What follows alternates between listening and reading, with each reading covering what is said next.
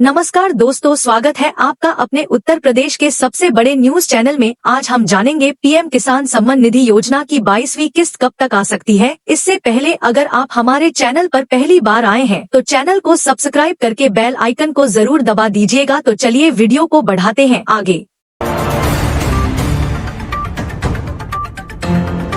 PM किसान योजना की 22वीं किस्त का इंतजार करते करते जनवरी बीत गई। अब फरवरी का महीना भी बीतने वाला है। किसानों के मन में एक ही सवाल है कि आखिर यह इंतजार कब खत्म होगा। पीएम किसान योजना की 22वीं किस्त का इंतजार कर रहे करोड़ों किसानों को अभी तक आधिकारिक तारीख का पता नहीं चला है। जनवरी और फरवरी बीतने के बावजूद सरकार ने कोई घोषणा नहीं की है। केंद्र सरकार ने 22वीं किस्त की तारीख, पीएम किसान योजना 22 किस्त की तारीख का भी ऐलान नहीं किया है। तारीख का ऐलान होते ही इंतजार की घड़ी खत्म हो जाएगी। हालांकि कई मीडिया रिपोर्ट्स में कुछ ऐसी तारीखों का दावा किया जा रहा है जिसमें पीएम किसान योजना की किस्त भेजी जा सकती है। देश के करोड़ों किसानों को खुश करने वाली तारीख अभी घोषित नहीं हुई है। हालांकि कई मीडिया प्लेटफॉर्म्स पर दावा किया जा रहा है कि पीएम किसान योजना की 22वीं किस्त 24 फरवरी को आ सकती है, लेकिन यह कोई आधिकारिक तारीख नहीं है। कृषि मंत्रालय ने 22वीं किस्त के संबंध में अभी तक कोई जानकारी नहीं दी है।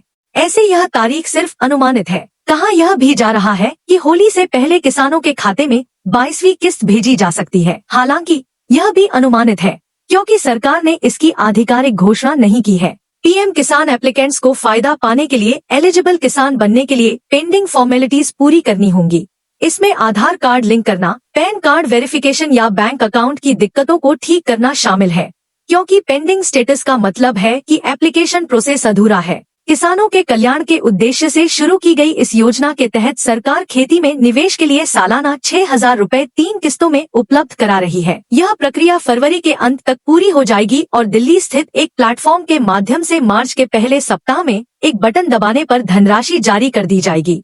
इससे किसानों को काफी राहत मिलेगी। इस बार किसानों को धनराशि प्राप्त करने के लिए कुछ नियमों का सख्ती से पालन करना होगा। विशेष रूप से नकद हस्तांतरण केवल उन्हीं किसानों को किया जाएगा जिन्होंने EKYC पूरा कर लिया है। अधिकारियों ने तकनीकी कारणों से पहले अटके हुए किसानों को सलाह दी है कि वे तुरंत अपने विवरण सत्यापित करें। यह याद रखना महत्वपूर्ण है कि आधार कार्ड लिंक करना अनिवार्य है। फिलहाल रबी फसलों की खेती अंतिम चरण में है। किसानों को कटाई और अन्य कृषि कार्यों के लिए पूंजी की आवश्यकता होगी। किसानों को उम्मीद है कि इस समय पीएम किसान निधि मिलने से उन्हें काफी लाभ होगा। इसीलिए सरकार मार्च के पहले सप्ताह में इस वितरण कार्यक्रम का आयोजन करने की योजना बना रही है। इसी समय होली का त्योहार भी आ रहा है। उम्मीद है कि त्योहार से पहले किसानों के बैंक खातों में धनराशि जमा हो जाएगी। दूसरी ओर भूमि पर बीज बोने की प्रक्रिया में भी तेजी लाई गई है। आप पीएम किसान की आधिकारिक वेबसाइट पर जाकर देख सकते हैं कि आपका नाम लाभार्थी सूची में है या नहीं। लाभार्थी स्थिति विकल्प के माध्यम से अपना मोबाइल नंबर या आधार नंबर डालकर विवरण देखना आसान है। पिछले चरण में 8 करोड़ से अधिक किसानों को लाभ मिला था। इस बार भी उतनी ही धनराशि जारी की जाएगी। यदि आप पात्र हैं लेकिन आपको धनराशि प्राप्त नहीं हुई है तो समस्या के समाधान के लिए स्थानीय कृषि अधिकारियों से संपर्क करें या आप हेल्पलाइन नंबरों पर कॉल करके शिकायत दर्ज करा सकते हैं। साथ ही खाद्य दानदाताओं को किसान पहचान पत्र अवश्य प्राप्त करना चाहिए।